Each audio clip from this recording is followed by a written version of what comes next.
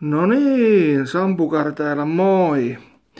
Joo, minä jo tuossa avasin nämä, oli tollaset jutut, niin katsotaas, avataan tää koko paketti tästä näin ja niin, että tää on tää kello, tämä ranneke siis, no kellohan se on kans samalla.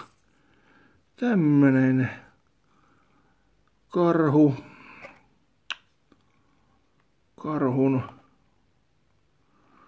tämmönen, joo, no se tulee ranteeseen. Ja sitten täältä löytyy sitten latauskaapeli, millä saadaan sitten virtaa tuohon laitteeseen. Ei tää ollut, mä en muista hintaa, ei kun 45 € sittarissa oli, joo, muistinpas hintana.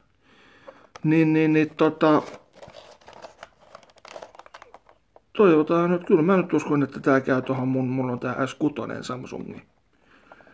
Niin käy sitten tohon puhelimeen. Mutta ei kai siinä. Mä sit länttään tutustun vähän paremmin tähän näin ja sitten vois vähän fiiliksi tos myöhemmin katsoa, kun testannut ja kokeillut ja miten tää toimii ja käyttäytyy tää laite. Mutta eihän siinä. Mä alan ihmettelee ja tekee pyttipannu. Tänään on pyttipannu päivä. Helppo ruoka. Sen kun heittää vaan pannulla ja kananmunan paistaa sen kanssa, niin voi avotkoon hyvää.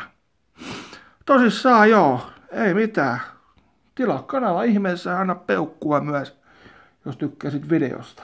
Sampukar kiittää ja kuittaa. Moi moi!